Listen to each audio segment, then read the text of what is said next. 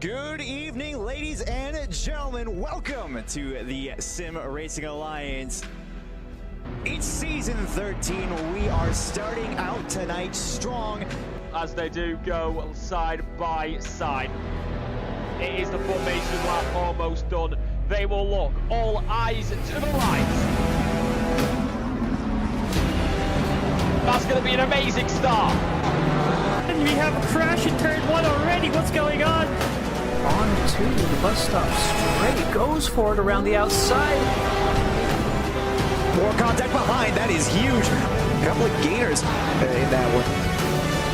She's giving it everything. She has to. I'm not sure, but it's over yet, though. This is the last opportunity. We're off and away for SRA.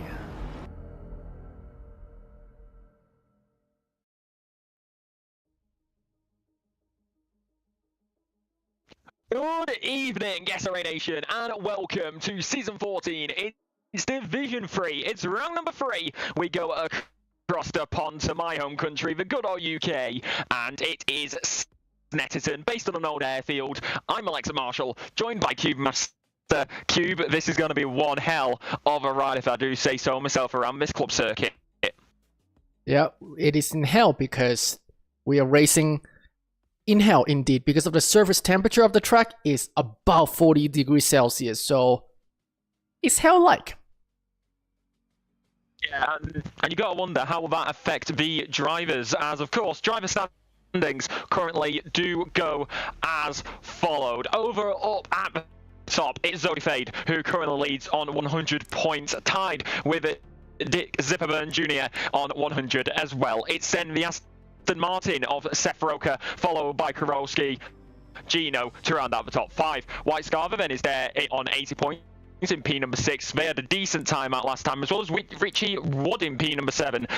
76 points to their name. It's then Alex with 72, Adam with 68, DJ Watts with 64, 60 points. Then goes to Martin Armit, and Darren Wicks is the first of the silver drivers on the field with 12 points to their name. Curtis Lee came into this season looking like one of the big dogs. He sits down there in P number 13. Unlucky for some. We then see another 3 silver drivers. That's Panzo Rigatoni, Jack Sky, and Murky Nee, who is in 14, 15, and 16 respectively. Kevin Kovac sits in P number 17 with Bottle of Water resident Brett J. Queasy in P number 18. Sean Williams in P number 19 with Mark Anthony sitting P number 20 to round out that top 20 with 45 points to their name, 55 off the leaders. It's then Martin Riggs in P number 21 with Christopher Holmes P22. It's then Shane P23. It's then Colin Jonathan Tyler Martin. As we go over to the second page of the standings, we will go through this one real quick for you. They will be on your screen. It is Jacob, who sits P number 27, Quinto, who sits P number 28, Rene Oki, P number 29, and Jeremy Yaron, P number 30. Only 2 drivers yet to score points this season. That's Ian Demler and Dean Stefani. And let's go over to your team's championship. Of course, this is the GT3 Team Series, and it looks like this.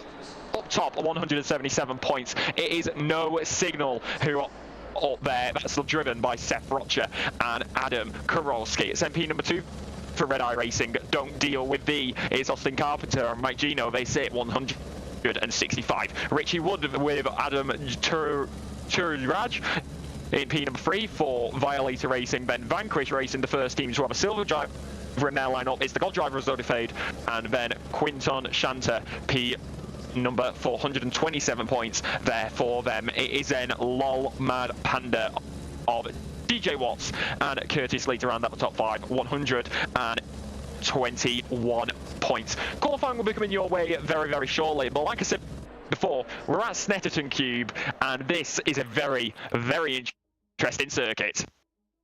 So Snetterton is pretty famous, so twisty and bumpy, one of the bumpier track in our British DLC. Quite technical, hard to overtake, so qualifying is going to be quite critical here. We have a pit straight, not too long, but it's critical to get a good turning into turn 1 double apex. There's a slight dip in between the double apex. That would be richest, brings you into turn 2. Hairpin really tight. Famous for dive bomb. Just don't do it. You're not gonna live through it. Into turn 3, Palmer. And other double apex. Some see it as a late one, a single apex. A pretty critical swift left-hander brings you into Agostini turn 4. Another hairpin. Agostini, the harder part, I would say, is the lack of reliable brake reference. The brake reference we usually use in turn 4 is quite deletable. So don't bang on it being there. And then turn 5, quick left-hander. Hamilton into Augie's turn 6. You gotta cut a lot in the inside to take advantage of the track width. Also, unreliable brake reference. Into turn 7, Williams. Extremely critical because it brings you back into the back straight. That can set you up for success or failure.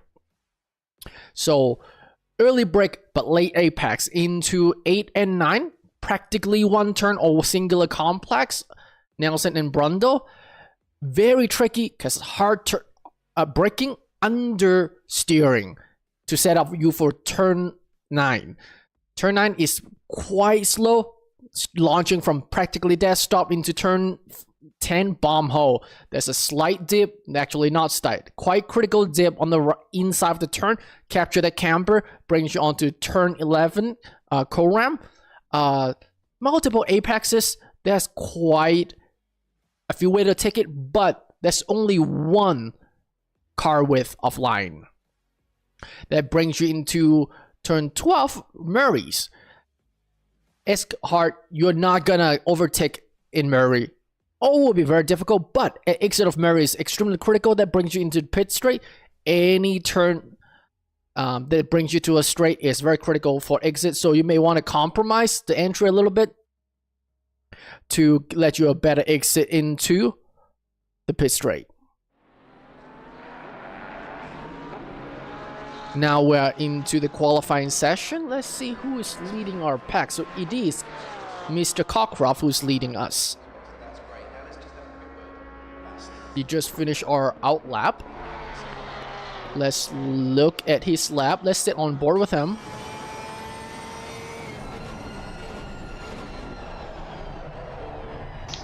Pretty tight turn 2, late apex. That should be a good launch from a Porsche.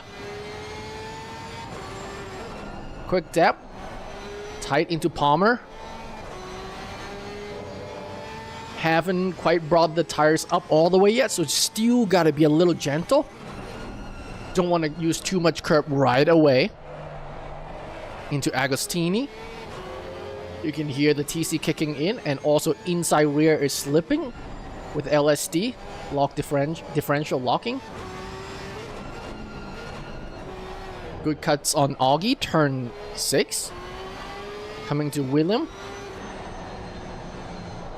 Big coast, apex a teeny early, but no worry, we're still in our first lap. Into the back straight. To Brundle. Double downshift, triple downshift, stay left, open up right side on Nelson. Good launch. Quick lift for bomb hole. Tightly captured camber into co-ram.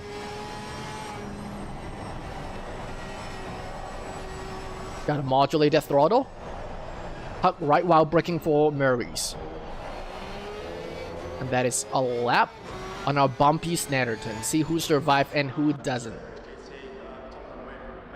Yeah, well, that's the key factor, isn't it, when it comes around to these types of circuits. You got to make sure that you survive. 1 minute 48.5 flat there for Cockcroft, currently to be dethroned by Allen. 1 minute 47.945. It's then Rudder and P number 2, 0.195 off the top. Monkekni is then going to go P number 4 with Wood actually now going to the top. 1 minute 47.930. So if you're new here and you don't know how qualifying works, we'll talk it through for you real quick. It's a 20-minute qualifying session. First 10 minutes is for the silvers, final 10 minutes for the golds. If you don't know how to differentiate, the silver drivers are those with the green number plates and white numbers, when the gold drivers are the white number plates and black numbers. I would say that was a decent lap time there by Cockcroft as Rigatoni now comes to the line at 0.110 off the top. That's a 1 minute 48.040 here at the Snetterton circuit. It is located on the previous time of an RAF airfield, and it of course has 3 different variations of this circuit. We're using the 300 layout, and it is the longest and probably most trickiest of them all, Cube. I say, oh, actually, I'm not familiar with other layout. Have you raced or watched other races with other layout? Do you know if the number 300 has any meaning in it? Because this is the only layout I'm familiar with. Well, the reason why it has different layouts is because of how many extra meters there is. At least that is from my understanding. So this is extra 300 meters?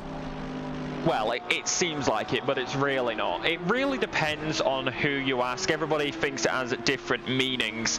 Personally, for me, I don't really know. I would guess that it's the longer meanings, but honestly, who knows nowadays? The 300 layout is actually the only layout that uses this inner field, which the drivers are now on, especially the 722, currently coming round the right-hander. Coming into the hairpin is actually where the 200 layout comes out, as you can see. Oh, that's right, on the left side. The little road on the left-hand side to cut away the infield, and that is how you get onto the 200 layout. And I am going to try correct this because it's further and further around the circuit, but I believe it's at the end of the main straight where the 100 layout is, as Panzo Rigatoni is going to go to the top. 1 minute 47.185 for the 997 here at Snetterton. Of course, key factor about this circuit as well, it's not a traditional racing circuit, it's a club circuit. It's classed as a club circuit, hence why it is most popular with series such as the BTCC, that's the British Car Touring Championship. But of course, we're in the Sim Racing Alliance, this is the 300 layout, and that is a yellow flag there momentarily for the 985, it seemed, coming down this straight. And you can also see another key factor about this circuit, not for the full circuit, but for majority of them, you don't have the numbers on the brake board, you have the dashes. And what's tricky about those boards is they're so close to the track surface. If anyone go off course a teeny bit, they're gone. And then whoever drives after them, there'll be lack of reference and they may just brake super late. So when we're practicing throughout the week, we tried our best to look for references that is not deletable. But in this case, in Snetterton, I gotta say it's quite difficult. One of the toughest one is definitely turn 4. Yeah, most definitely. And the key factor, as you see, as you were talking about a driver going off, that is Austin. That's Austin Townsend, and that is onto the grass. Slippy doodah, around you go. And that is going to be extremely unfortunate for him here in qualifying. We're already talking about how hot the track temperatures are.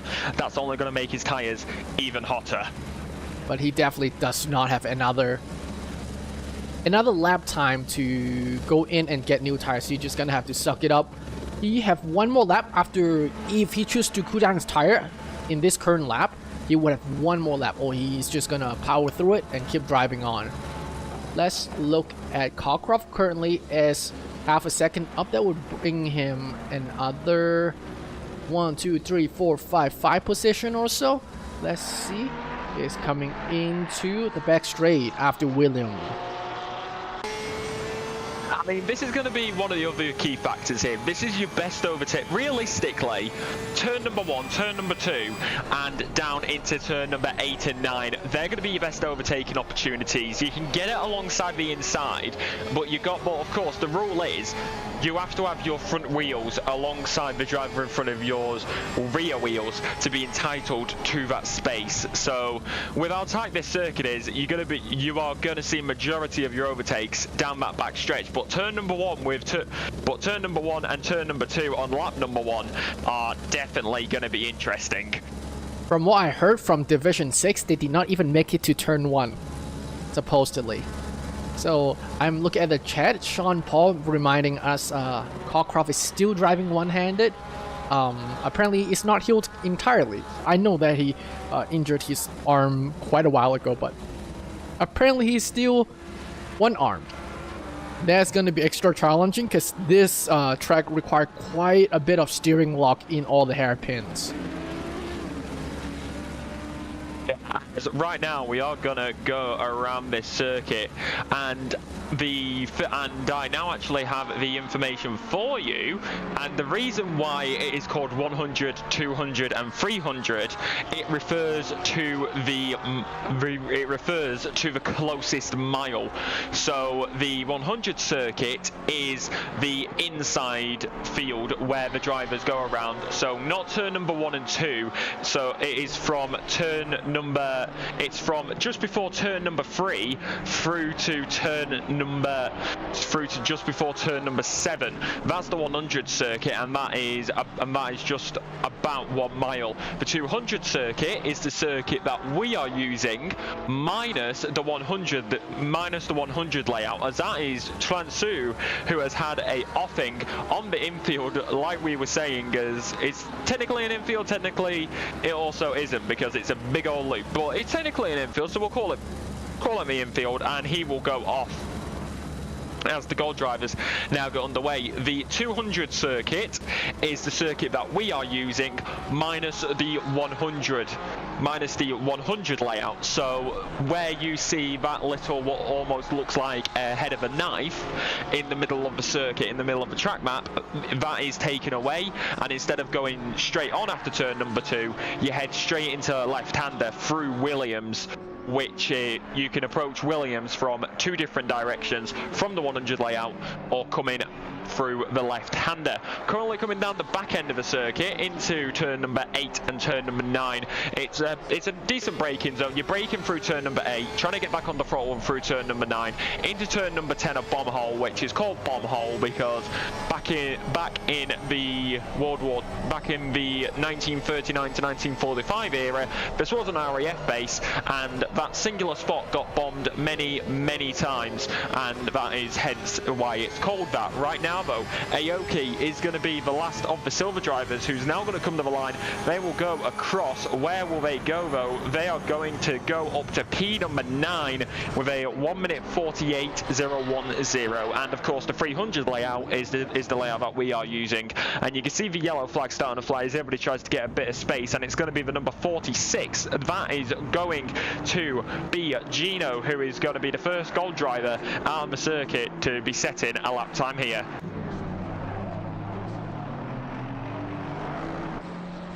As right now, Mike Gino going to be making his way on to the infield, aka the 100 circuit. I know, us Brits name them very weirdly. As through the left-hander, you will go, trying to make your way now down to Agostoni, and then further and further. You can see the 2 Corped liveries. We are seeing them throughout the entirety of this season. Through the left-hander, you will go, then you're trying to head down to Hamilton.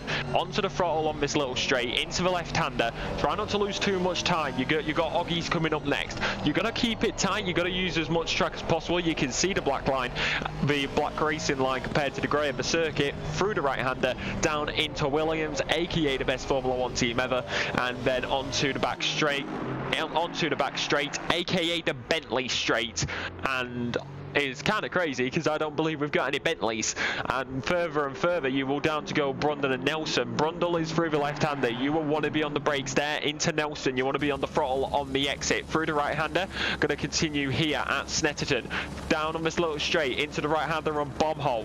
Try and keep it tight. It's slightly dipped. You can use that to your advantage to get a bit of extra rotation in as you head now through the elongated right-hander of Coram. Heavy braking into the 90-degree of Murray's, which then brings you back onto the main straight. Was that an invalidation? It was right on the limit. If it was not, Gino, first of the gold drivers here this evening, going to be coming to the line here at Snetterton. And it's P number 9, 0.942 off the top lap time as White Scarver goes up to P number 5. Number 22, 0.595 off the top time. That's set by Rigatoni currently. It's time to beat as Turaj goes to P number 2, 0.365. Fastest lap time at the current time, 1 minute 46.965. That's the lap time to beat as Kurowski goes P number 2, 0.352 off the top. That's a 1 minute 47.317. Kulakowski looks a little dangerous, running a lot of long exiting turn 1. Now into turn 2, he is still up, but looks like he's bleeding his delta. Tarash is about a 10th up. Let's see who else has an advantage right now. Scrolling back, Richie Wood coming to turn 11, over a second up from his previous time. Breaking into Murray's. Looks like pretty well used on the exit curb. Let's look at where he would be. Crossing the line, P9 with a time of 47.6. Very good for the first time lap.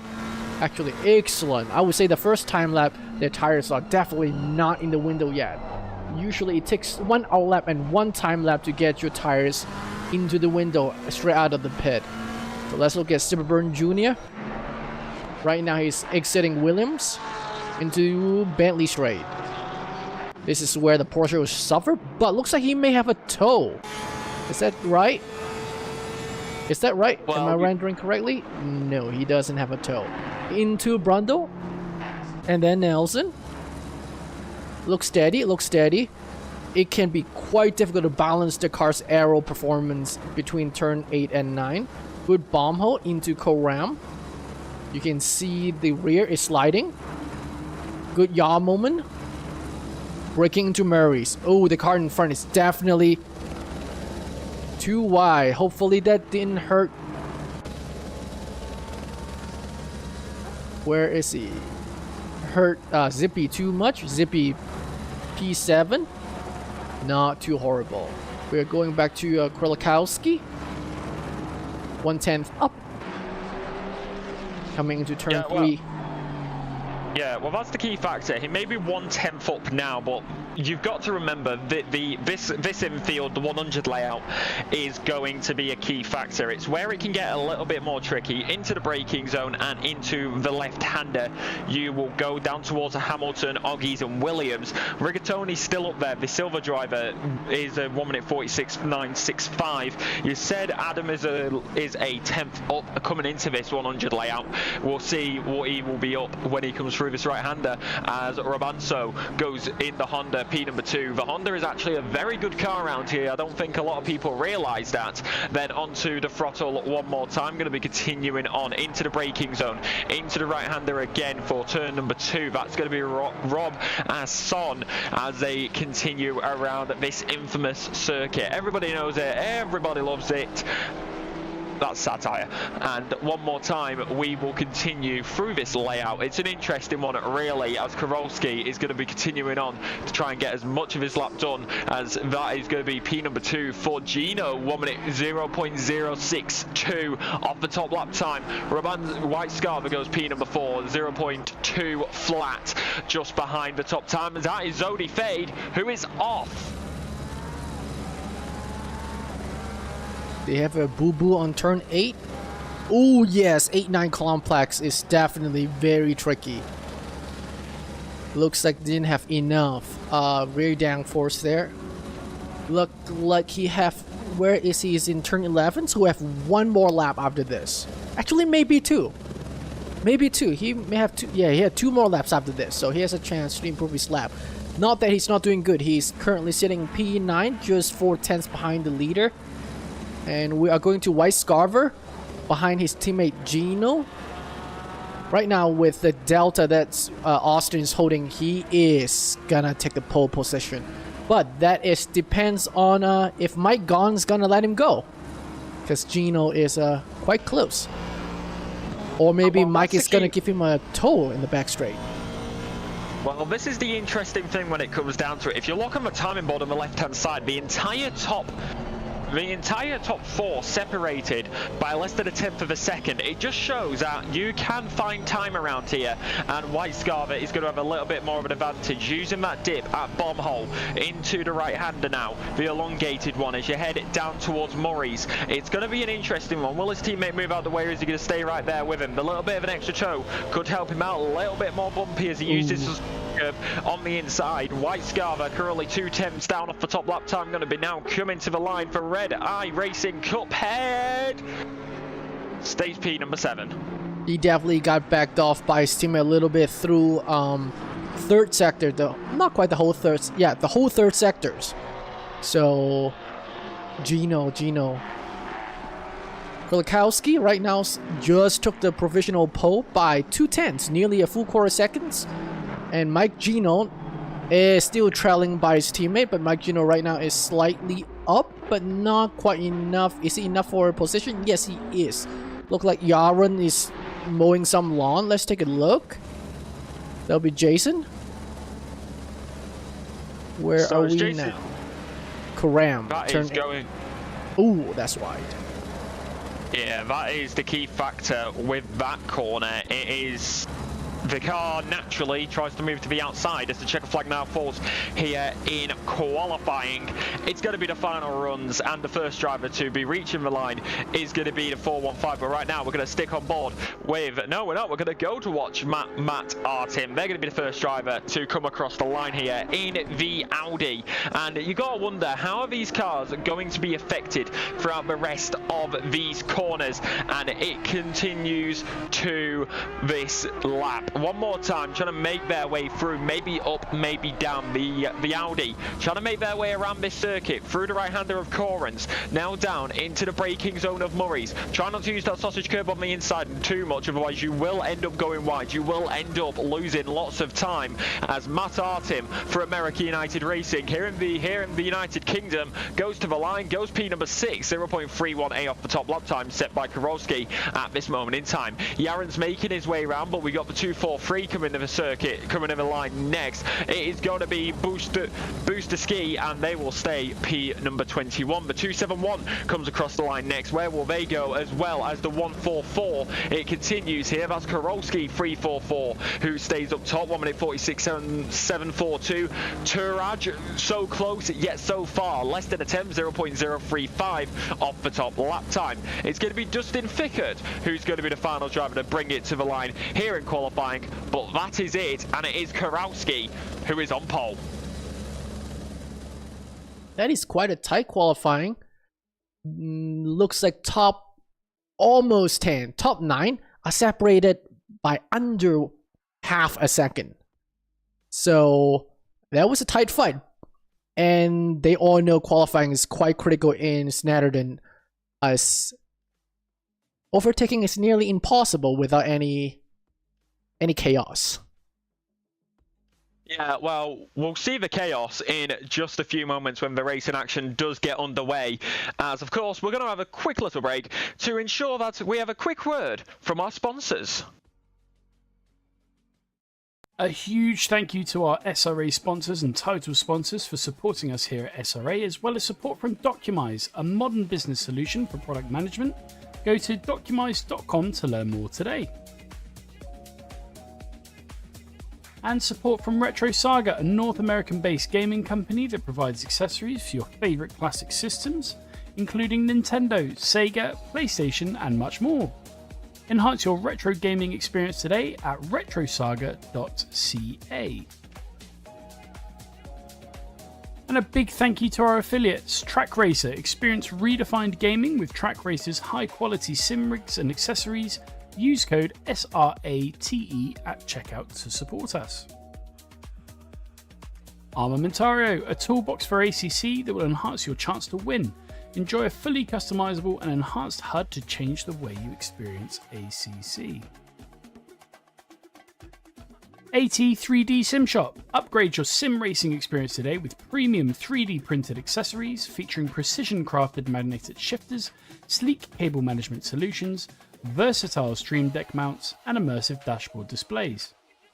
Their innovative designs enhance performance and style, elevate every lap with top-tier quality and craftsmanship at at3d.net.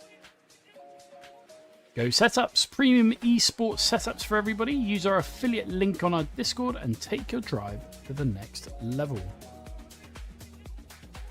Castle and Cauldron, a home-based crafting business specialising in handmade Harry Potter, Fantastic Beasts and Fairy World collectibles. Magic wands, potions, mini dioramas, wall decor, costumery, cosplay and much more. Castle and Cauldron is where crafting meets the magical. Visit facebook.com/Castle Cauldron. And from KP Concepts, your source for custom automotive renderings, graphic design and printing. We spend countless hours making you look all good for the spectacle. Check out kpconcepts.com for more. Sure. Alright. Looks like our formation lap has started. We got Krolikowski leading Turash, leading Penzo Rigatoni, leading Mr. Gon, and then Richie Wood, Matt Artem, Seth in P7, Mark, Austin, and Joseph rounding out the top 10. So both Cuphead's cars quite far ahead again. That's right, we gotta protect Penzo, Quizzy. So no funny business. I didn't watch the practice race. I hope D3 was clean.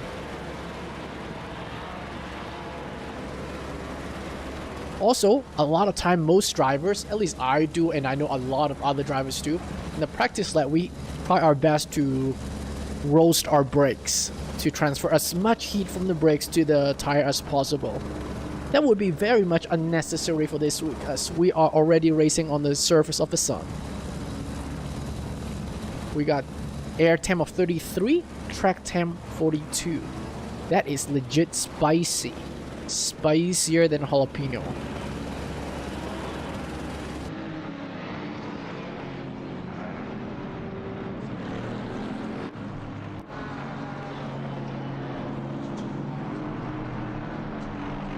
We're coming into sector 3 soon, in the back straight. We're gonna bunch the pack up soon. It's gonna be chaotic start to fit car side by side in Snetterton. I have not been here since season 5 and I remember why I didn't like it. I thought I'm saying, oh, maybe I've driven better and I'll like it more. Nope. This track is just straight up too small for our cars. As we are exiting Brundle and Nelson's into the bomb hole. Take a dip. Into co-round.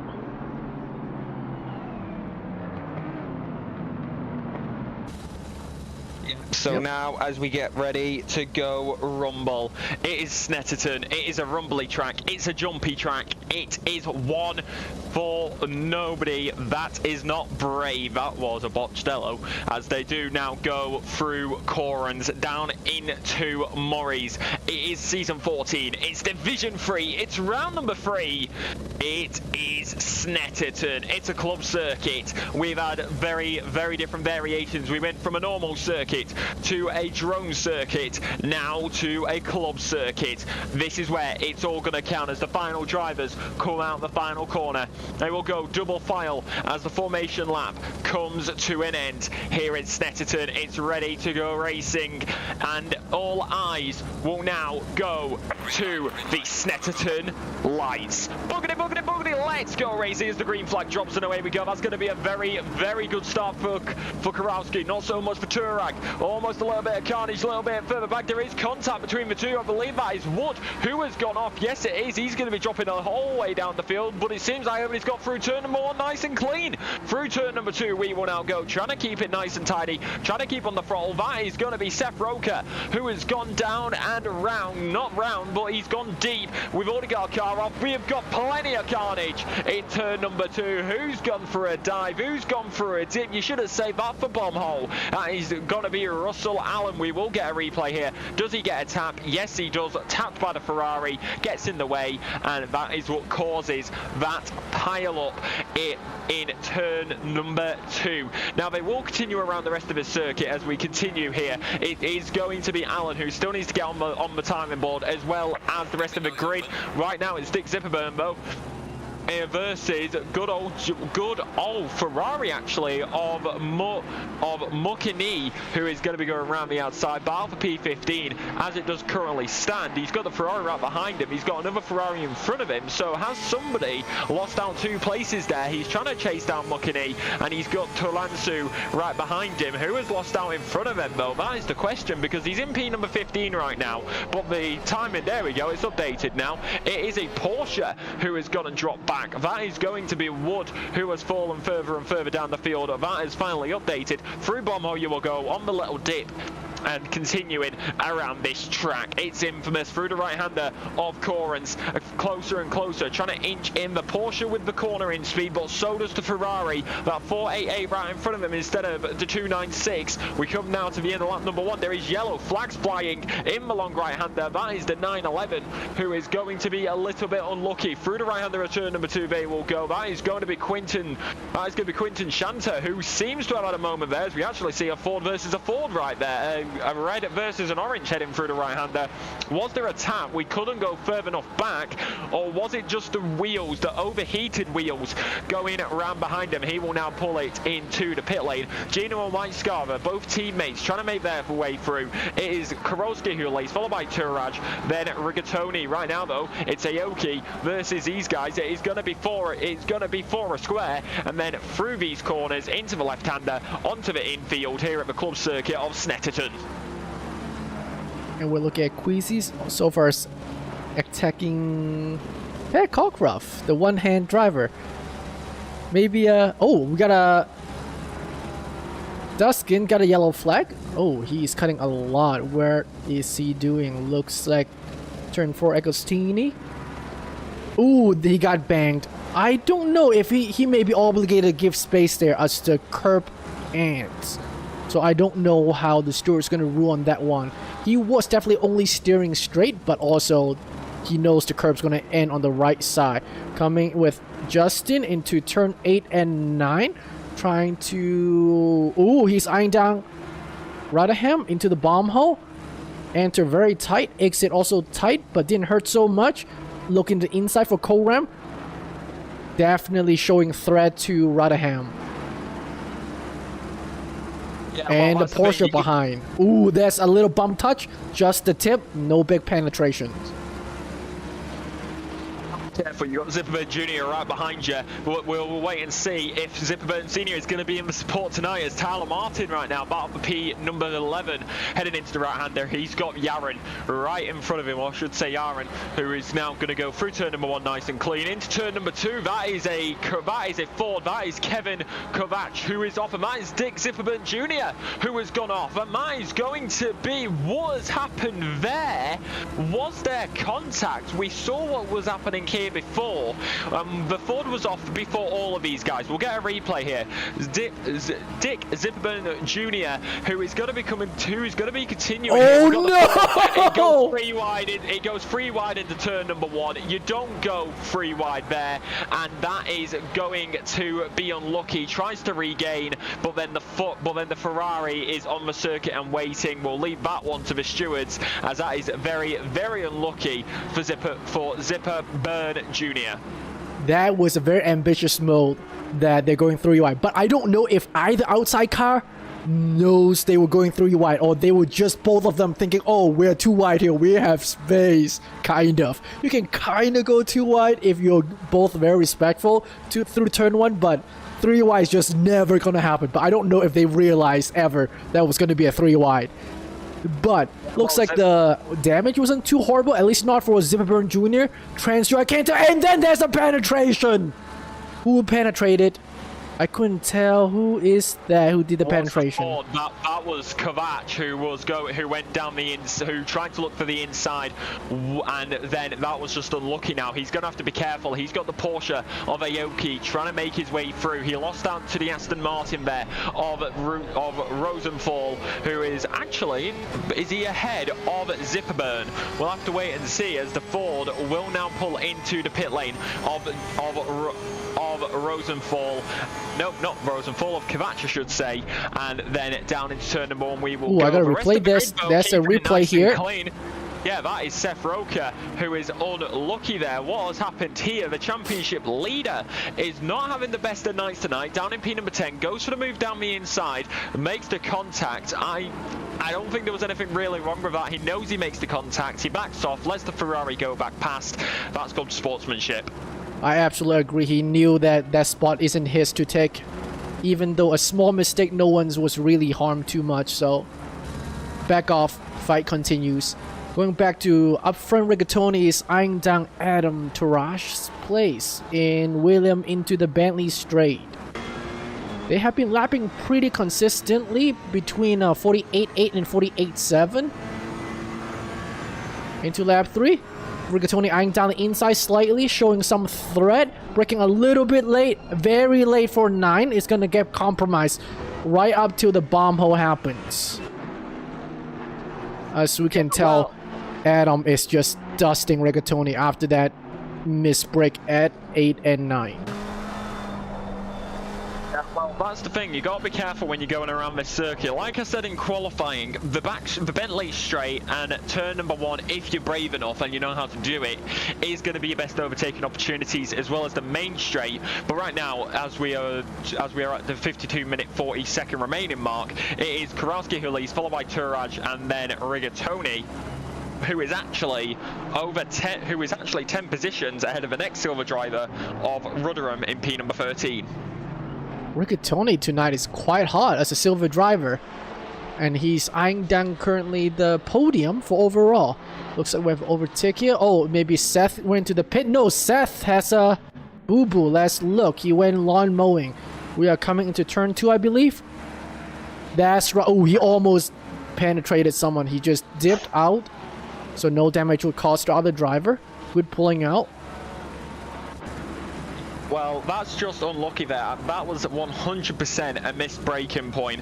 Was nice and clean, but he's lost out there. He's now lost 6 places on that incident, and he's now going to try and cipher the field one more time. Possibly the hot temperatures as well. It was 40 degrees in qualifying, 42 degrees track temperature now, 33 degree ambient, optimum track surface, and sun on the forecast. This is not Great Britain. This is Great Britain in an alternate universe, because it's never this sunny, even if we are down south. And then continuing down further and further, trying to close in with each second that they have. It's Matt Artim, who's currently on the attack and defensive, as he has actually got the move done now. That is past Robertson, who is now actually, no, that's Savage behind him, I should say.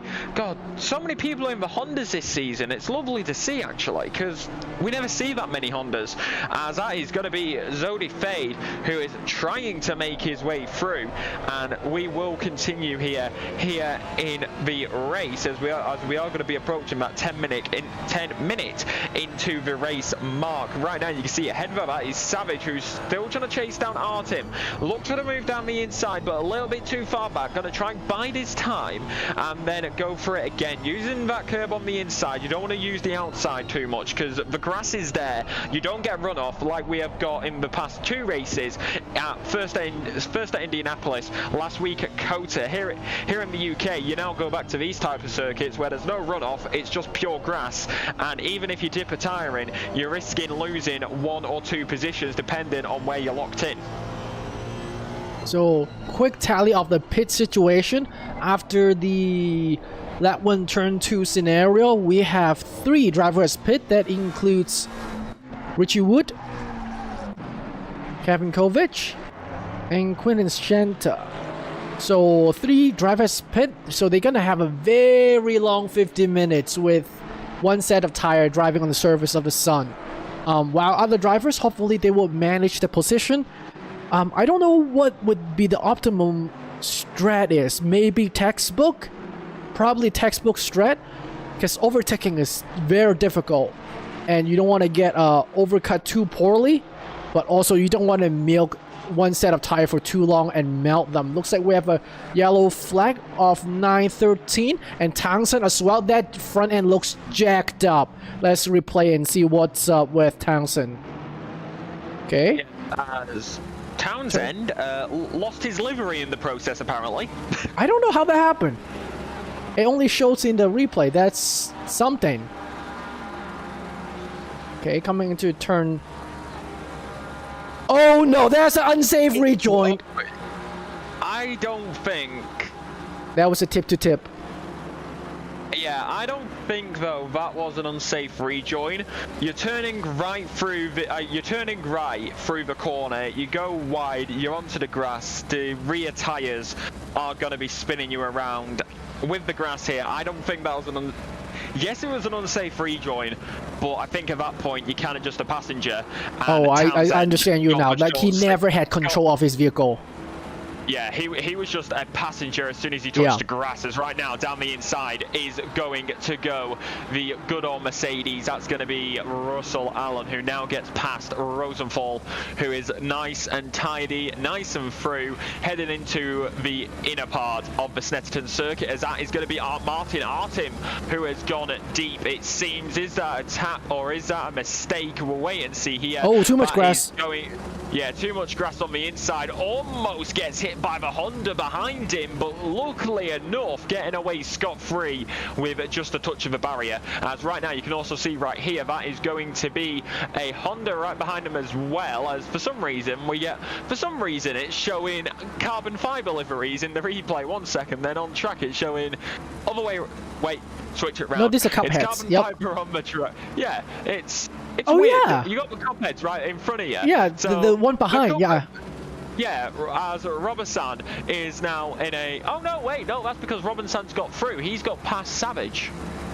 Oh, that's right. Ooh. Please excuse our mistake, White ladies and Scarver gentlemen. is gone again. Now Geno's take the place. Both Cupheads are trying to defend both of their positions. And yeah, Mark is trying to get Austin that would be in the red Cuphead. But Austin have a very good defensive position. Out one. Mike Gino went wide. Turn one, Richie. Now both Cuphead is trying to defend, make their car in a formation, make it as wide as possible. No one's gonna stand a chance when you have 2 against 1. Now it is proper 2 against 2, and White Solver almost got pit. And then we have a Savage on the outside. Savage is going to take advantage of that. He's going to look for the move around the outside into the right-hander, but maybe a little bit pushed wide. He goes on the grass. He keeps it nice and tidy. Also going to be careful of Robinson right behind him as well as the Ferrari of Fade. Fade is going to go down the inside, up against the Honda. Right there with him, wheel to wheel, side by side. Honda with the better releases. They went wider. They've got the overspeed. They've got it tidy. They will defend that position. That is unlucky for Gino. That is unlucky for White Scarver, who now loses out on that position. Went for an attack, lost out on the defense, and that is now in a Honda sandwich.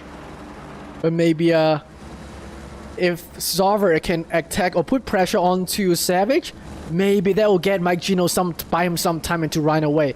But that will be quite difficult as Mark Roboson is eyeing down White Scarver's position. I'm gonna go back to Zipperburn Jr. trying to overtake Sex Guy into turn 9 and turn 9, correct? It's a pretty tight pack in the ooh, that was very violent through the bomb hole. That's how it is with bomb hole. The camber and the dip is not easy to take. If your car is not set up correctly, easily bottom out and send you straight to the outside. something you got to be careful of as you head now out of Murray's onto the main straight, closer and closer, trying to get that slipstream, but it's not going to work out that time. And this is crazy considering that Sky currently has 2 Porsches in front of him, 3 Porsches behind him. That is going to be Riggs who will call into the pit lane, box over the radio. And you've also got to wonder how these pit stops going to come into play. Surely you take it at the halfway mark. We've seen a few drivers come into the pit lane earlier on in this race, but those tyres are going to be blistering towards the end, as that is going to be Aoki, who has gone a little bit early, gone a little bit deep. What has happened here? We will continue down the inside. Zipperburn Jr. goes for the move, makes the contact. They both go around. Aoki tries to take evasive action. Zipperburn's trying to get it spun back round, and that is going to be contact. It sends Aoki right off with him. That's given Cockcroft the move to get through right there. As right now they do continue. We've got 3 Porsches in a 3-car train. That was a tough move. I think Zipperburn Jr. tires may have been going, or he entirely misjudged it, his braking marker. Actually, the next time around, I have to take a look at the turn 1 marker. They may have been just gone into a turn 2 marker. That reference is also quite deletable and most likely gone. That's where they misjudged their braking timing. As we are, let's see, I'm going to, oh, we have another yellow. Duskin, oh, I didn't go back far enough. Almost into the barrier. Looks like we're into Augie's. He is doing some celebratory donuts. And we have also Jeremy Aaron. Looks like Nelson claiming another soul.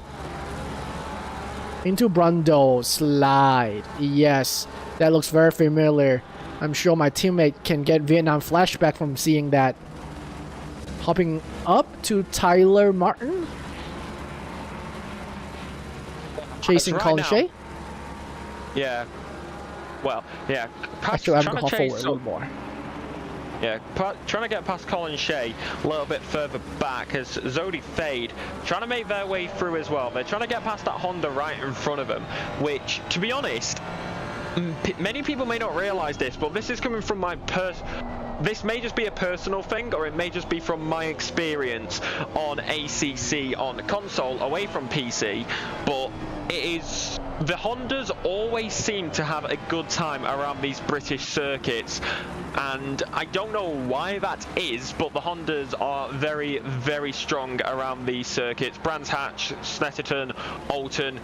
It really comes down to it, but of course it's not the car, it's the driver, as Zodi Fade is now going to try to get a slipstream as they head now down the Bentley straight, heading down towards Murray's and Nelson, not Murray's, heading down the Brundles and Nelson into the left-hander. Very early braking from the Honda, it seemed, on and off the brakes, trying to back him up, heads out the right-hander, down into bomb hole, get the dip, get it tidy. The Ferrari seem to take that very, very smoothly, as that is seemingly Sky, who is, no, that is Transu, who is dropping further and further down the field. Was that due to a pit stop? It does not seem like it.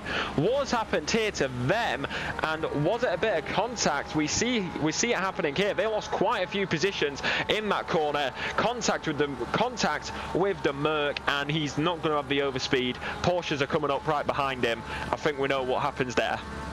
I don't know if Merc get to keep the position. If I'm trying to, I am snitching, and I probably will get a penalty out of that. I mean, the contact is not too horrible. Both of the drivers are pointing the right way, but you nudge me out and take my position, I don't think I will agree with that. If you give that position back and we fight again, I probably wouldn't snitch. And looks like Russell Allen, is it Russell? Yes, Russell Allen's keeping the position. So if I'm trying to, a ticket is incoming for sure. Yeah, well, looks like we shall. Oh, sorry. Zodi Fade. Looks like took a place from Mark Robeson. We're coming to turn 3. Palmer. What happened here? Oh, that is wide. That is really wide. Okay, okay. Not as deadly as I thought. Coming into Agostini. Oh, that's an excellent dive. And they side by side through it. Maybe some door banging. Unsure. If that isn't, that is a clinical overtake. Yeah, well, we'll wait and see. Is a little bit deep there, maybe. Keeps it on the circuit. Going to continue around this track. Of course, Zodi Fade is the championship leader, as that is going to be Jeremy Yaren, who has had a little bit of a rear end slip, spins it round, goes for a spin, goes for a second spin, because why not? Might as well have another one for good measure. That limed livery Ferrari is not having a fun time tonight. Yeah, he took definitely way too much curb on the inside of Hamilton. Turn 5 is a quick left-hander with very little braking. You need to take the curb though, but if you don't, your track's gonna be too narrow. And he just happened to take just teeny bit too much. Oh, I could not see the brake reference on turn 2 for Montreal. Let me see, go back a little bit, see if I can, can't tell. Let's go back to Savage, going against Mike Gino into Agostini, got the inside, did not quite dive in. Mike Gino also left very little to no space for Joseph to attack. They're coming into William. Pretty neat. And 2 more turns, we're going to the Bentley straight into Augie's. Looks like Mike Gino is backing Savage up for Austin White Sauber. Yeah, into the Bentley straight. Yeah, I mean, heck, everybody knows the infamous radio by now. Back him up, back him up. But you gotta wonder, is that going to be coming into play? Because that can be a big mistake if you do it around this circuit. If it comes a little bit unlucky into the right-hander as you come through Nelson down into bomb hole, you will go, trying to keep it tidy, trying to keep it clean as we head now down into the long right-hander of I'm trying to replay overtake by Seth and Rotherham. Oh my god, did that happen at turn 8? Did I see that correctly? Technically turn 9. He was alongside at turn number 8, around the outside at turn number 9. Either way, that is still a lovely overtake. And you now come down onto the centre straight, as that is going to be White Scarver, first of the leaders to come into the pit lane here this evening at Snetterton. And then into turn number 1, through the right-hander of Riches. And then down into Montreal as we head through the right-hander. Trying to keep it clean. That looks like it's going to be a little bit deep there from Seth Rocha, and one more time trying to make their way through, trying to keep it as clean as possible into the left-hander one more time of Palmer, Bellingham, Saka, Tawny, Clint. Pressure, what pressure? Pressure as for tyres is a different generation, and this racing action, you can feel it. Through Agostoni, you will now go down towards Hamilton one more time. You can see this train starting to form, but right now it is Karolski who leads, followed by Turag, then Rigatoni, as that is going to be Matt Artem, who is gone for a spin, and that is a major deletion of braking points. What has happened here? Does the rear end just go on him? Yes, it does. Tries to catch, goes off into the barrier, sends the brake markers with him, and that is Matt Artem, who is now getting back underway down in P number 16. He's going to drop down to P number 17, 18. And that is unlucky for the Audi, just losing that rear end as we almost approached that halfway mark. You got to wonder, our pit stop's going to be coming into play now. One thing what might also be a play is going to be Rosenthal, as that is going to be Matt Artem. Those tyres are definitely overheated. He pulls over to the side of the track. Is he going to RTG? Yes, he does. I think he is done with that. Those tyres must have been hot, as right now it's going to be Seth and Muckany who is going to be calling their pit box here at Snetterton. That was quite a serious damage. I don't know if he's going to come back out and race again. Especially when the RTG looks like with another cars that maybe Sky have went in. Now Russell Allen is by himself. So the Fate is still eyeing down Savage. And then Mike Gino has pulled a second away from Joseph Savage. Looks like we're coming into our textbook pit window as we have 6 cars. 1, 2, 3, 4, 5, 5, 6. 6 cars into the pit at this very moment. It's about right. How many laps have we done? Well, 13 the leader laps. is Yeah, the leader's completed 13. They are currently on their 14th lap as they head down into the final few, heading down into these corners through Brundle, through Nelson, into Bombhole. This is the key factor though. Over these past few laps, we haven't really talked about it. Turaj has been slowly closing in on Kurowski, so a good pit stop here could be the deciding factor. We are past 35 minutes now. 35 minutes to 25 minutes is usually where you will see most of the drivers make their pit stop, as it is the halfway mark. Is there going to be an overcut or undercut? No, there will not. And the leaders are going to stay out, but is Turaj going to continue here? It is Adam chasing down Kurowski, heading down through turn number 1. They will go now down to 0.555 consecutive tenths, and then it is unlucky. Savage will call the pot, who will call the box. They are coming in. P17 downwards has all come into the pit lane. 2 more drivers in, so P15 up, so P number 14 upwards are the only drivers who are now yet to pit on the road, as that is actually going to be Townsend. They have not had a good night tonight, and we will see what happens. Oh, that is here. a straight penetration. Gets tapped in the rear, gets a little bit of a love tap in the rear, and that is the Porsche. He almost gets stuck on the sausage curb actually there in Montreal, and that is unlucky for some, as we now have 3 drivers in the pit lane of Savage, Rudderham and Zipperburn Jr. Yeah, so a bunch of drivers pit at lap 13. That is about a lap, maybe even 2 that's earlier than I thought at the halfway point, or 1 lap before halfway point. So maybe the deck of the tire is worse than I thought.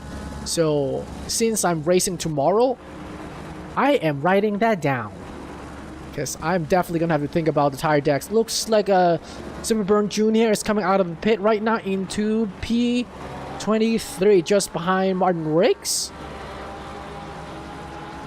Yes, that will be just behind Martin Riggs, who is now P number 22. So Zipperburn in P number 23 now at this moment in time. All the top 13, unlucky for some, are now going to have to choose when to make their pit stop. Some people in the YouTube chat saying undercut is the move. I would beg to differ. With these track temperatures out there being 42-degree track temperature, 33-degree ambient, the hotter the surface is, the more likely your tyres are going to blister, especially towards the end of the races. That is going to be Gino, who will now call the who will call the box. They will be the first of those guys to come into the pit lane in the Cuphead livery for Red Eye Racing Mugman, and then Jay Queasy, bottle of water. Definitely going to need a bottle of water in that car. Sorry, bottle of water. I am not playing the stereotype here. And then onto the center straight. Yeah, so I'm looking at Jay Queasy's stat right now. He is the biggest winner so far.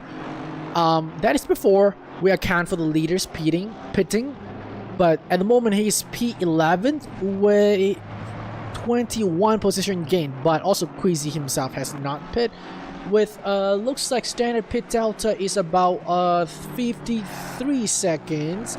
Let me do quick math.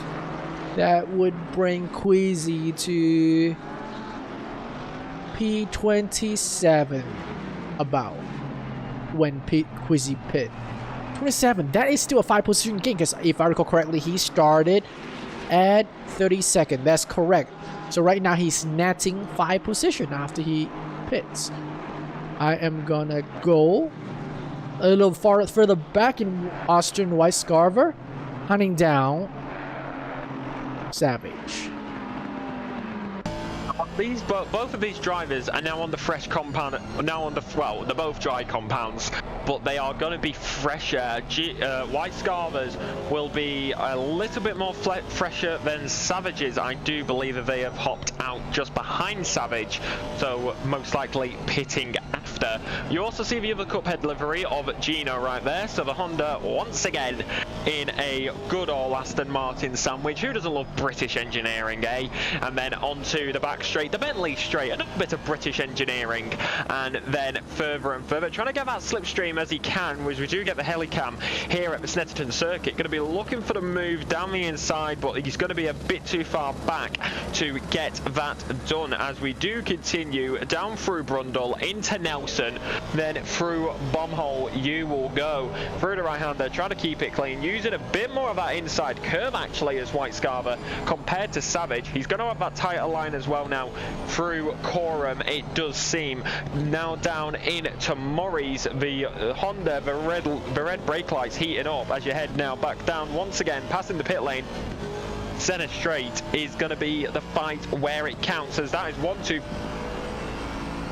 3, 4 drivers who are in the pit lane. They will pass, I believe that was Sky, and or was it Zodi Fade actually? Who was in the pit lane? It is Zodi Fade and Panzo both came out. They're both fairly far forward in the grid, so Panzo pit from P3, and I cannot quite tell where it was Fade, but right now I believe Panzo is the furthest ahead for those who has pit.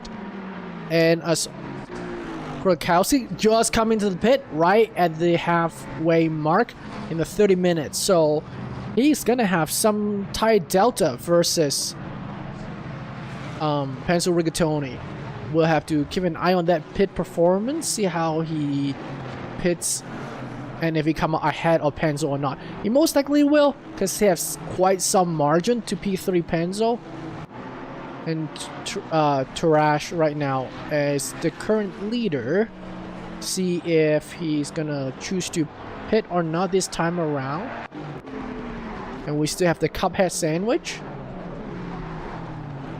Well, that's the key thing. Turaj has stayed out there, so coming down towards the end of the race, his tyres will most likely be in the most pristine of conditions. As we do see Karolski, who now gets underway out of the pit lane. Cockcroft and Rosenthal also came into the pits. It will be P number 4 for Adam Karolski, but here comes Panzo Rigatoni, who is going to have the advantage here. He will pick up a few positions. He will go up to P number 5, but it's still Karolski. He's got a pretty good gap there. And now the real question is, what about the 3 drivers in front of him?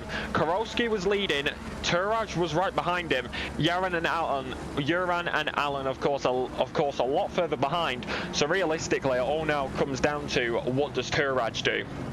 So right now I'm looking at the Delta versus leader. Panzo Rigatoni's Delta versus our leader Turaj is 59 seconds with a perfect pit delta of 53 seconds. Panzo is still looking at 6 seconds behind Turaj. So maybe he can make that up. But if Turaj come in anytime soon, it'll be impossible for Panzo to get a pit pass here. Well, speaking of which, Turaj has just called his shot. He's coming into the pit lane now with 17 laps completed in this race. So, well, technically 18, but because the timer is at the end of the pit lane. But right now it's going to be interesting. Where is Rosenthal going to be coming out against them? Right now Dick Zipperburn Jr. is on the back of Riggs, as well as the other portion. That is going to be Booster Ski, who is going to be right in front of them, as well as they now head down onto the Bentley straight. The Aston Martin does have the straight line advantage here, but the Porsche arguably has it in the corners. But that Aston Martin hunching a big old punch in the air, and that is a red Rexy livery if I've ever seen one. Through the left-hander of Brundle, into the right-hander of Nelson, and it seems that both Riggs and Zipperburn are now upcoming against the driver in front of them of Booster Ski, as that's going to be a battle on the exit. That's going to be Karolski versus Turaj, further and further down into turn number 2. We were talking about it. You said it was going to be 5 seconds. This may beg to differ. Through the right-hander at turn number 2, trying to keep it tight, but that is Turaj with the overcut, and he has got that race lead in his hands. Now he has to go on the defensive game. No, I still stand my statement. My statement was Turaj versus Rigatoni with between 5 to 6 seconds. That was still relatively accurate. I think Krolakowski may have made some error in the previous lap or two that allowed Adam to overcut him. and Penzo Yeah, Rigatoni right now is about 4 seconds after Adam exit the pit and start fighting with Krolikowski. Yeah, so as actually we have got some news from our incognito correspondent in the pit lane, and it is going to be a pit lane report. Tyre wear is normal, 14 and 15 feel a little rough. So that is an interesting one. It's 2 Sexted. It's going to be Cockcroft up against Allen. Yeah, Cockcroft right now has a pretty good performance overall tonight. Let's look at his stats. He's net 1 positions, so he held his own with 1 arm. I don't know how, but he can hold his own with just 1 arm. So please don't let him drive both arms, I suppose. Right now he's attacking Russell Allen in the Bentley straight, but Porsche versus a Mercedes in a straight, yeah, not gonna happen.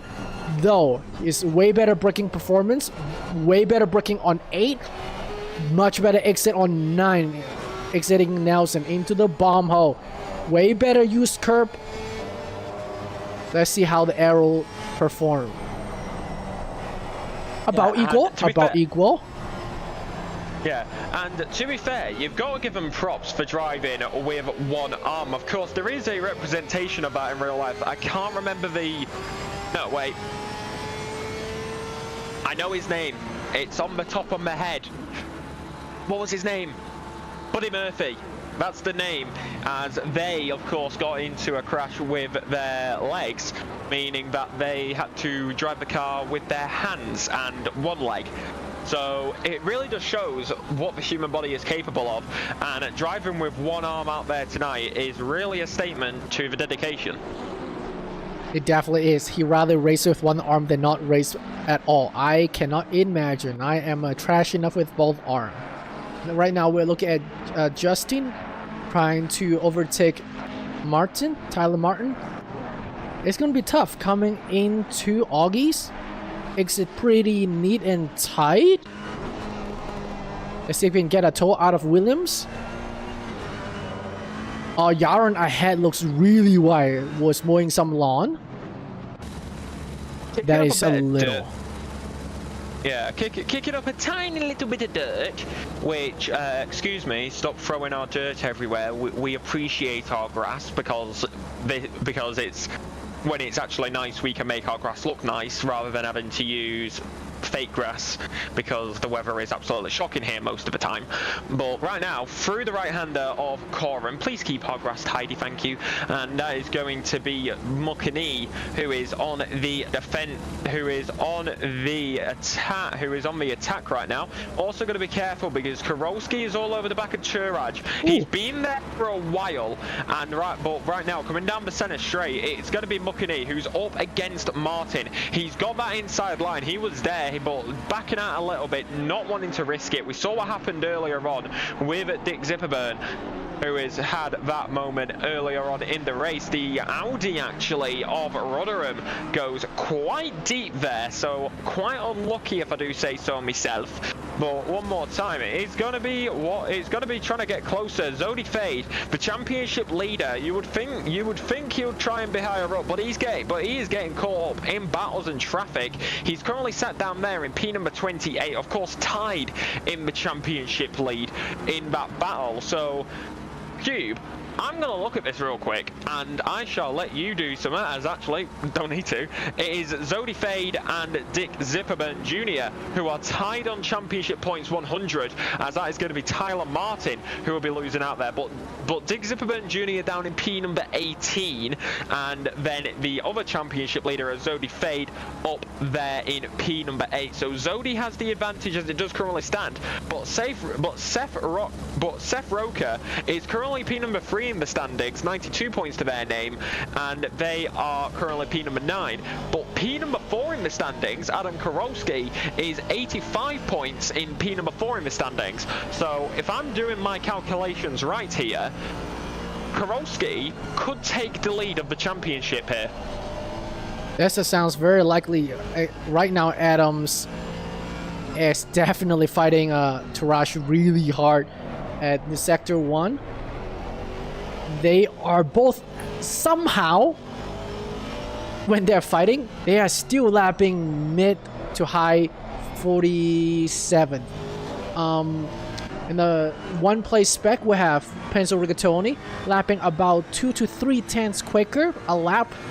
With that pace delta, it's gonna take about another 5 laps or so to between striking distance for Penzo. And Penzo right now in P3. Behind him has Richie Wood, 7 seconds gap, so the podium looks pretty solid. If P1, 2, both Adams did not delete each other. I don't think they will. But this fight is really tight and really surprisingly quick. Usually when you're this quick or when you are this tight fighting, both of you gonna lose quite a bit of pace. Penzo is in the 3rd place, rubbing his hand, and Taraj decide to defend in turn 8 and exit Y turn 8, compromise 7. Maybe that would yield a little. And Seth, nope, that would be a Krolikowski go inside of bomb hole, and Taraj went Y on bomb hole, lost a place into Coram. That was quite scary. That entire sequence started by a mistake, maybe mistake, in turn 8 deciding to defend in Brundle. But also, Krolikowski did a boo-boo exit a little too wide in Murray's.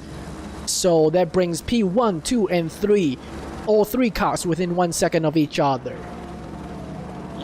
Right there with him. That all started on the Bentley straight. Karolski got a pretty good run there when he was P number 2. He made it look like he was going to go for the move down into the left-hander. Of course, that being Brundle, and then into Nelson as well. He was all over the back of him. He then decided, I'm going to go alongside you. I've got my front wheels here. But then he backed out at bomb hole. But that slight movement of backing out, that threw Turaj off. That gave him the move. Turaj goes into the grass, Karolski moves through, and that gives him the lead. That's also now brought Penzo Rigatoni, the silver leader, over 10 places ahead of their other silver drivers, and he is currently P number 3, last step on the overall podium, top of the silver podium, and you've got to wonder, he's in this battle now, could he end up winning this thing on the whole overall? Overall, maybe a little far-reaching, as Taraj right now is busy defending against Rigatoni and falling back from Krolikowski. But a silver win is definitely easy at this point.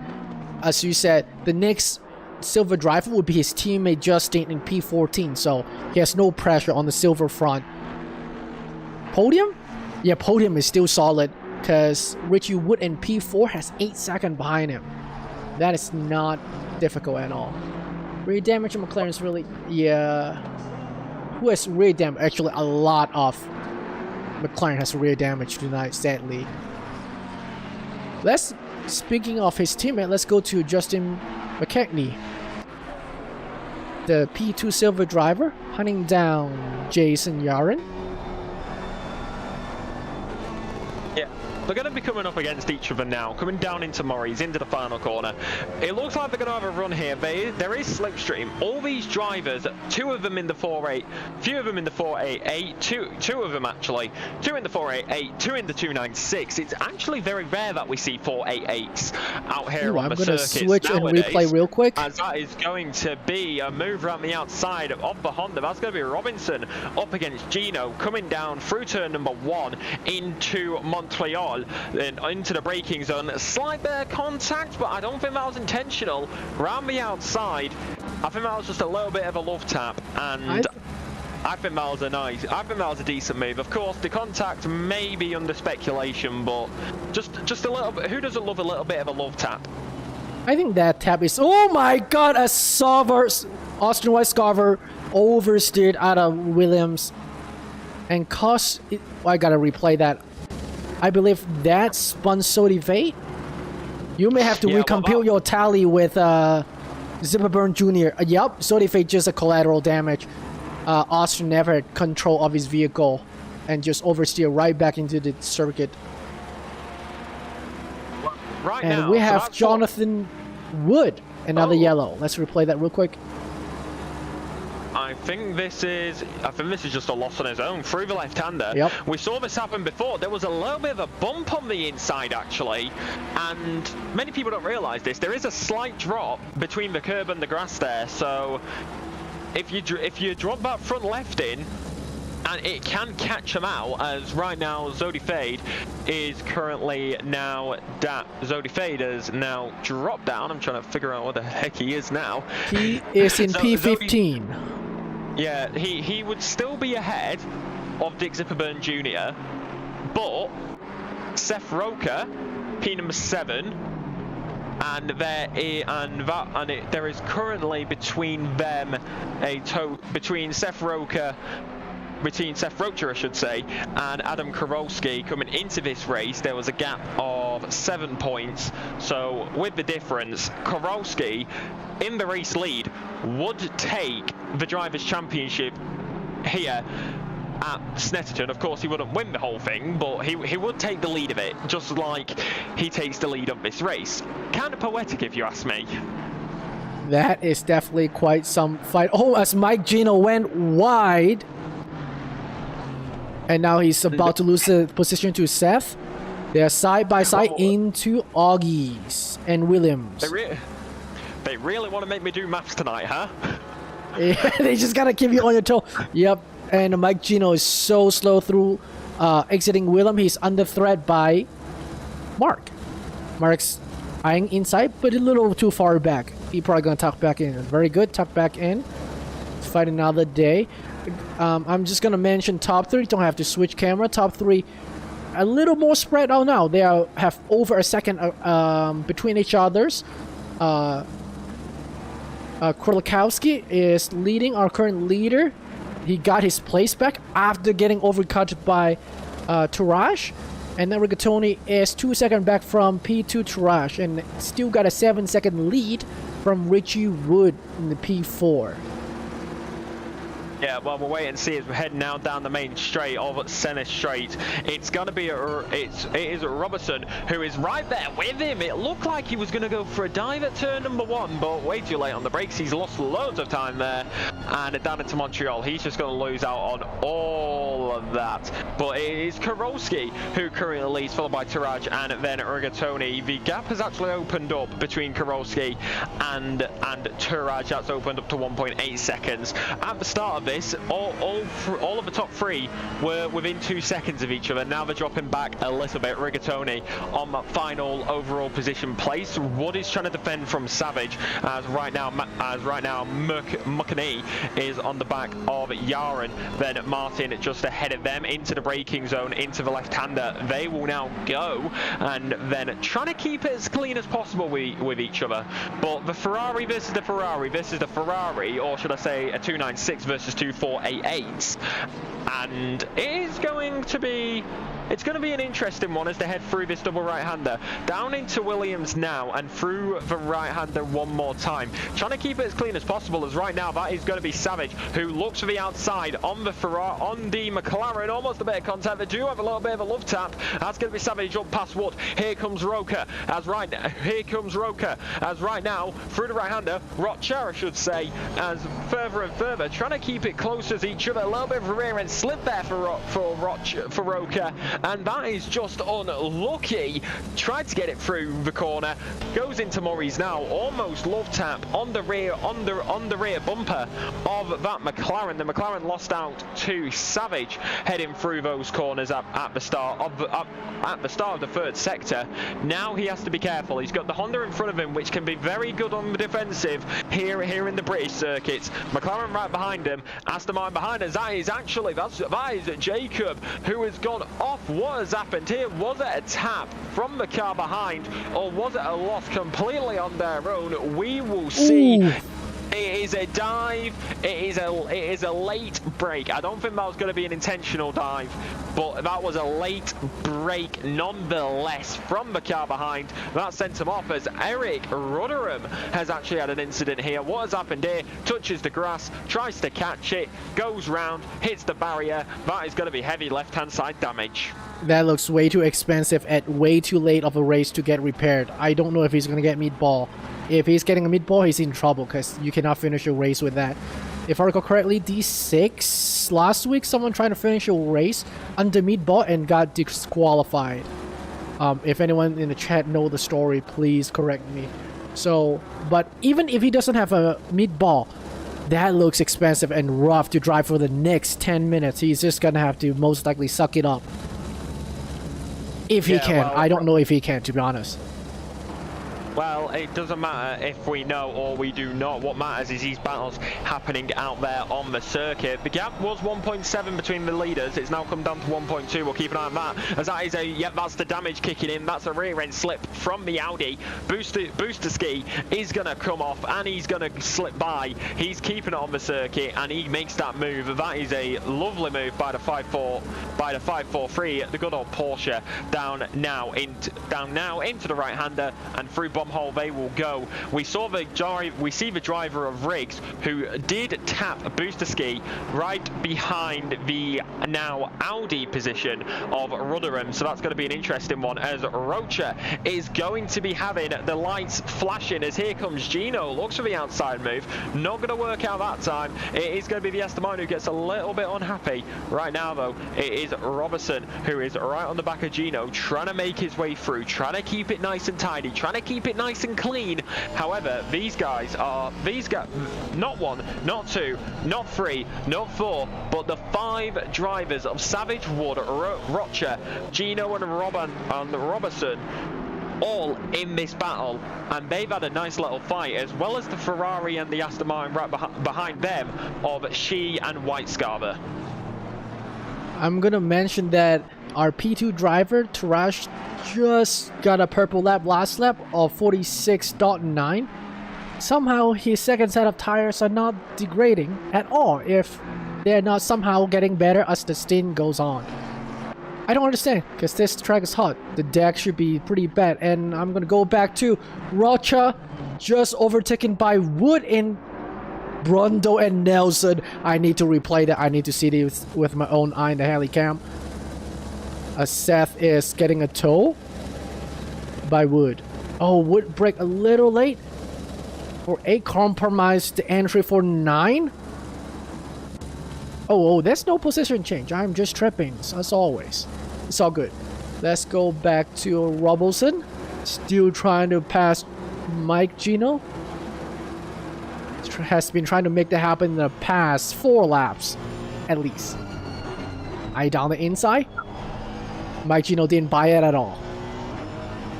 Coming to Montreal. Oh yes, Montreal left side brake reference. That board is gone. It's laying down.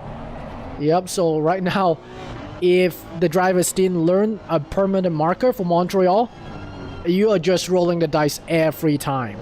Hope you get it right and don't kill someone in front of you.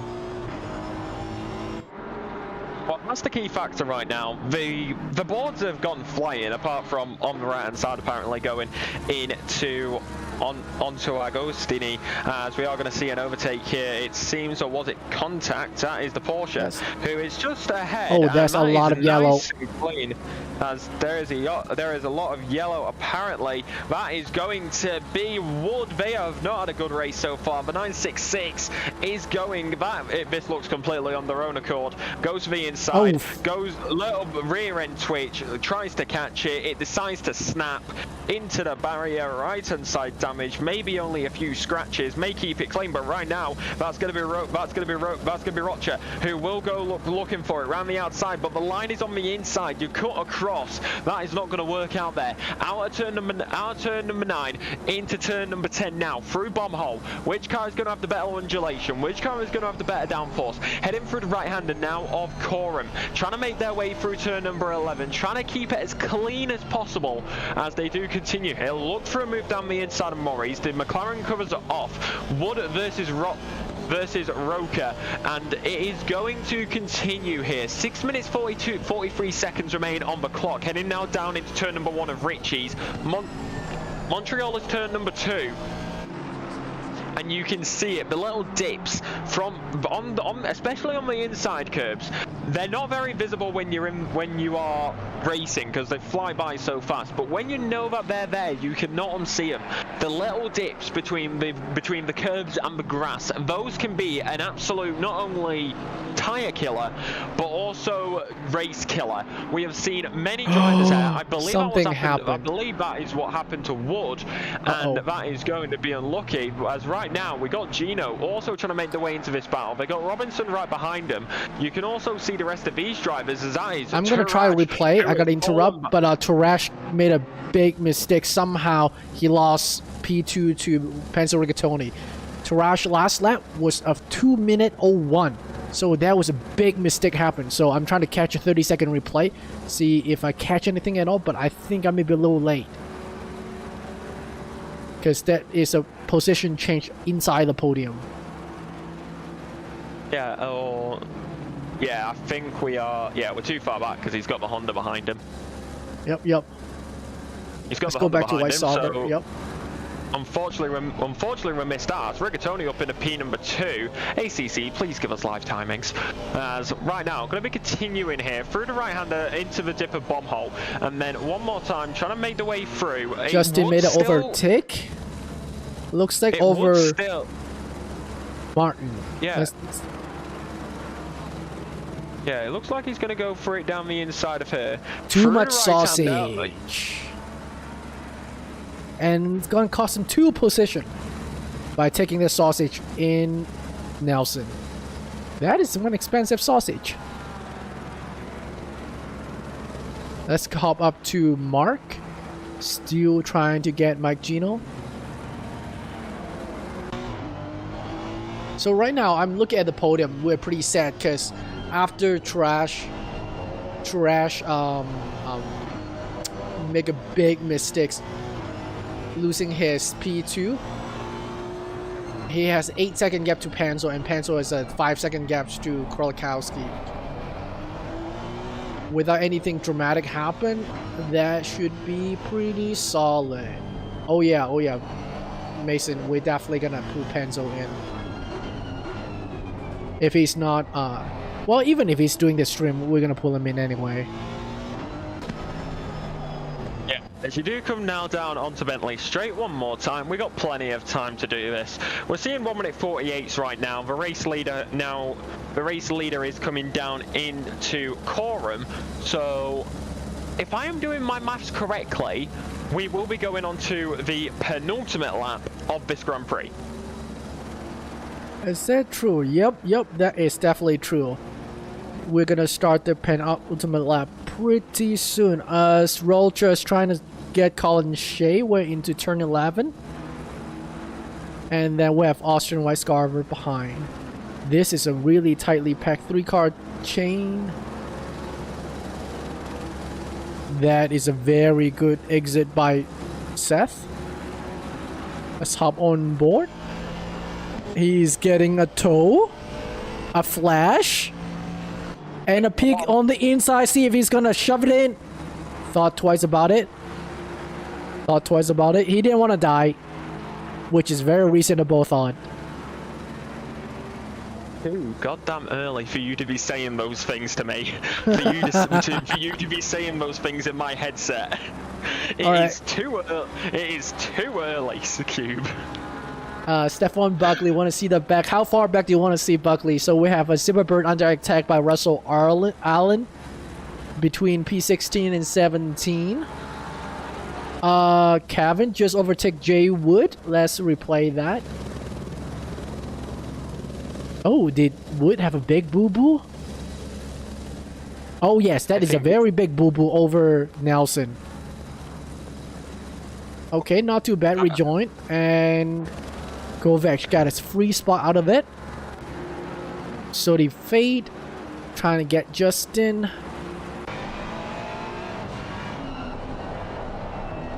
Oh, I feel like flashing in SRA isn't exactly looked down upon. I think it's part of the tactic to annoy your opponent. Now, I don't think there's a hard rule against or for it, so.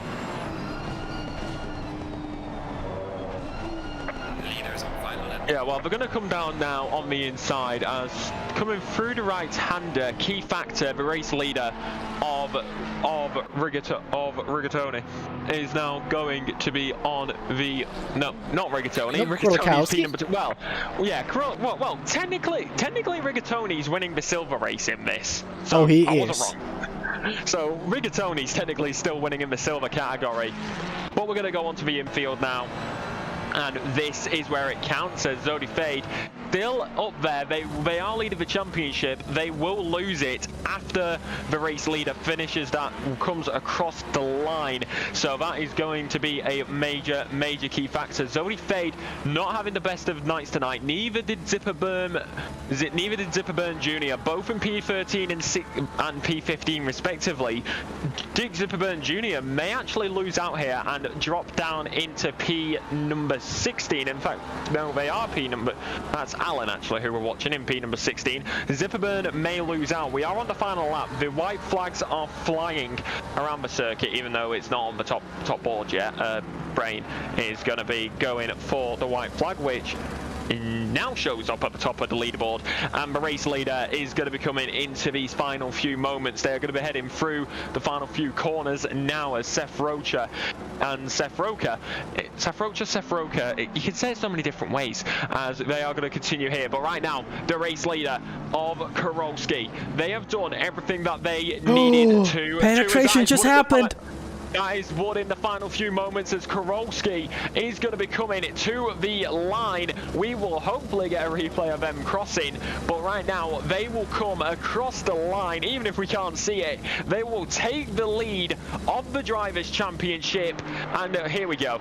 They have won here at Snetterton. They take the lead of the Drivers' Championship. That is Panzo Rigatoni, P number 2, Taraj, P number 3, and key factor there, it is going to be Rigatoni, who also wins in silver, P number 2 overall. Everybody else is now going to be coming to the line, and that is nice and tidy. That was unlucky for Wood in those final moments. Major weaving going on down the main straight right there. Martin, P number 13, unlucky for some, as Alan still on the back of a Zipperburn Jr., but Zipperburn is going to hold on to that place. However, both him and Zodi Fade will lose the lead of the Drivers' Championship. That, of course, goes to the race winner here in the United Kingdom at the Snetterton circuit. We're going to be getting eyes of everybody crossing the line, but that is going to be very unlucky. Kurowski wins, followed by Rigatoni, followed by Taraj.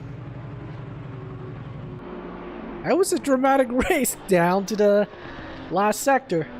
I would say last overtaking opportunity between Brundle and Nelson. And we have Kovic, followed by Jay Wood, rounding out our competitor for tonight in Snetterton. As let's get straight into it. P number 3, I'm gonna drag him into the booth before he can do anything else. It is Adam Taraj. They finished P number 3 overall, and they are now here. Adam, well, you're live on SimPlay's YouTube channel. Welcome to the commentary box. P3 there in Snetterton, and how was that race for you? It was an amazing start. I mean, my quali lap, I almost got pole. I just messed up the last lap, or last corner, so I could have got pole. But it was a really good lap. Started off great. That was my first goal. Qualify good. Snetterton's a difficult track to overtake in, so I really wanted a good position. And the start was good. I followed behind the other Adam for, well, the entire first stint. Had a good pit stop, got in front. And then started fighting, but then I realized I was going to run out of fuel, so started fuel saving. No. And that's probably one of the reasons why I caught up. But you could kind of tell when I figured out that I'm fine when I set that crazy 146 lap, and unfortunately I spun there, which kind of ruined it all. It's kind of a summary of my my lap. Yeah, that was quite unfortunate that you lost your P2. I didn't catch the spin, sadly, so it wasn't publicized. But I just want to know that how much fuel saving did you have to do? How many laps and how was it hard to have to lift so much? I fuel saved for probably like maybe 5 to 10 laps. I was fairly conservative on it. I mean, I wasn't too far off, but I got my fuel usage down by 0.3, which is enough to keep it going. And I was just lifting, braking late. I was actually holding up pace, which I was really happy with. But it was definitely not the greatest. I wish I just added the few more liters I initially planned on adding. You said you saved 0.3 per laps. That is quite massive in my opinion.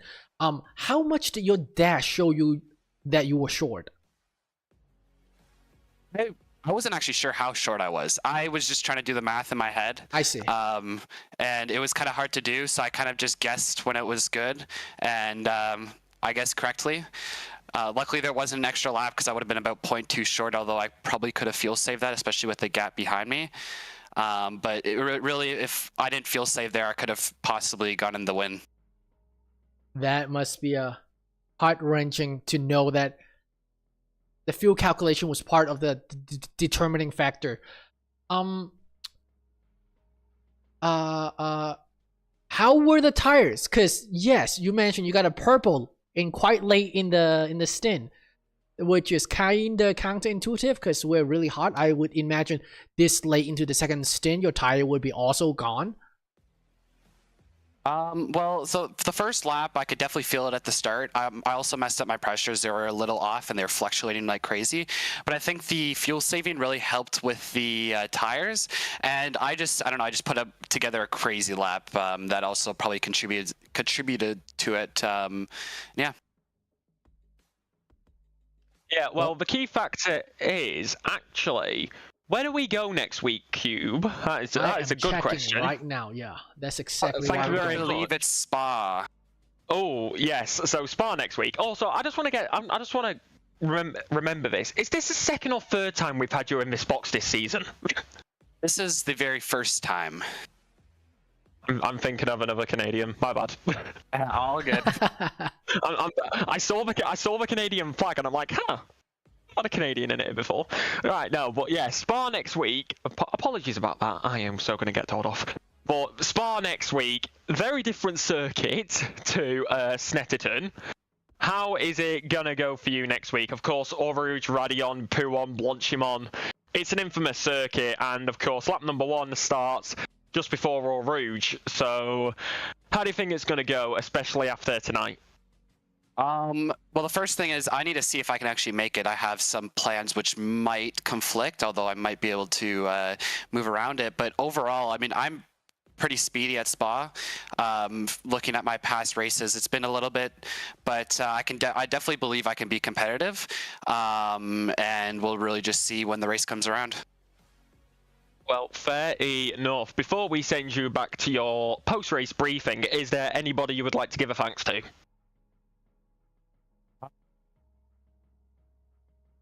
Not really. Just kind of my own game, driving myself. I mean, the top 3 were really pretty conservative. I mean, there was not much fighting going along, which helped, especially on a track which is dangerous to fight on. A lot of the side-by-side actions can cause you to lose everything. So just being able to have a clean race, I think, was the only thing I can thank others. Well, hopefully you have if you do make Spa, we shall see you next week out on track at Spa. Have a good night. Yeah, you too. And now we go to the man who was P number 2, seemingly a fan favorite out there tonight, if I can find him. Here comes Pencil Rigatoni. Hey. Hey guys. How does it feel to be on the podium? Long time. Been a long time. Been a long time. You were super strong and consistent tonight. Thank you, thank you. I just didn't have the race pace to match those guys. Were you under any pressure at any time? Because you looked lonely for a teeny bit. Yeah, just in the voice channel I told Adam Taraj, I said, let's just work together and pull away from the rest of the field. Let's not battle. So it worked out. And then I think something happened to Mike Gino. I don't know if he had a little spin or something, but then he dropped off and I felt comfortable after. Yeah, he got a little off cam, I believe. Yeah, okay. Yeah, so then it gave me a little bit of cushion I needed to just relax. How just set those laps. Did your strategy turn out for you? It was perfect. It came into clean air, no problem. I know Richie had to pit early. So then I knew if I can get out ahead of him again, I'd be okay. So it worked out. Pitted around 32 minutes left in the race or so. Yeah, you put in about very textbook time, just barely ahead of the double Adams in front of you. I think you in the podium, you're the first to That's pit. right. That's right, yeah. Because Gino pitted the lap before, and then I said I better cover him off before I get into traffic. Yeah. So it worked out good. And then I had a little slide in turn 3 near the end of the race. I thought I was going to lose it. I just saw the whole race flashing before my eyes. Yeah. So, but all in all, I'm happy. Oh, very consistent performance for sure. Thank you. Yeah, very consistent. And you said you said you saw the whole race flash before your eyes in turn number 3. You're gonna have to hope that Spa flashes in your eyes next week, because that is where we go. From that reaction, I am guessing you are very happy about Spa. So many infamous corners. Lap number 1 starting at Eau Rouge. What do you think you can expect next week? That's what we're worried about. Eau Rouge and the 488. I don't know if it's gonna be tricky out in that corner and holding it steady. But yeah, lap 1 is never easy at Spa. So I think you just gotta, even if you have to lose a position or 2, let it happen just to survive lap 1. Because you don't want to be pitting early. Well, yeah. Well, fair enough. And to be fair, not just the race, qualifying as well, because usually you'd get quite a few runs in qualifying around most circuits, but Spa, it's a very long circuit, and qualifying is definitely going to be a different factor next week. How do you think that's going to work? Not good. It takes me a couple of laps to warm up, so I'll have to practice extra hard this week for my quality pace. Yeah, it's not usually a strong suit. Well, if you can quality nearly as strong as this week, I don't think you have any problem at all. You have quite a bit of margin for a while. I don't know where that lap came from. Yeah. Was it your PB then? That was my PB, because all week I hit a 47.3 and I couldn't touch it again. I don't know what happened tonight, but I'm not going to complain. You were blasted. Yeah. Well, very much fair enough. We shall see you next week at Spa-Francorchamps. Before we let you go back to your driver briefing, anybody you would like to shout out? No, just like to shout out my teammate. I finally got to get some points for him, because I know he's been doing pretty well this season. So I think he's P2 in silver too, so he's not bad at all. Yeah, and going for that team championship as usual, right? So our best. Well, fair enough. Have a good night, good sir. Panzer, we'll see you next week. And thank you guys very much for putting this together for us. We appreciate it. You are quite welcome. Congrats. Have a good night. Bye. And now, the man of the hour, Adam Kurowski, as I'm going to move him up right about now. There we go. Thank you, Cube. Adam Kurowski, the man of the hour, the man who is denying a full Canadian podium. And it is now the championship leader. Adam, talk us through that race. We saw that battle at just after the pits. Now championship leader as well. How was that for you? Wow, that was an intense race. Tons of pressure from Adam Tourage behind, and then he came out. Well, I should have passed him coming out of the pits. I was trying to put in a pretty solid outlap, but cold tires and everything. So he was just, the way he came out, he was positioned like right on the apex of turn 1. So I was like, let me kind of back out here and keep the car on the road and see what we can do from here. So then just kept the pressure on him. He said I think he ended up having the fuel save at some point, so then he started backing off and was able to get by him. And then I was really just trying to manage the tires, make sure they didn't drop off a cliff on me at the end. So I was trying to keep the pace reasonable and keep him behind. And but tons of pressure, intense race, very, very sweaty. So since I'm racing tomorrow, I want to ask for some cheat sheet or some tips. So you pit in lap 14, if I recall correctly, is that right? Yeah, something like that. It was like right around the halfway mark, yeah. Would you still recommend that? Because your pace looked really strong. How were the tire at the end of each stint? So the end of the first stint, they dropped off more. That's also why I managed them a little bit better in the second stint, plus lighter fuel, right? So I mean, it was manageable. Once I saw my pace did start to drop off, it was dropping like 3-4 tenths, and I was like, all right, it's time to box. I see. So I'm gonna have to definitely write it down for tomorrow, for selfish reason, for tomorrow night. And whoever is racing against me tomorrow, for sure. do not write that down. Seth went for an undercut.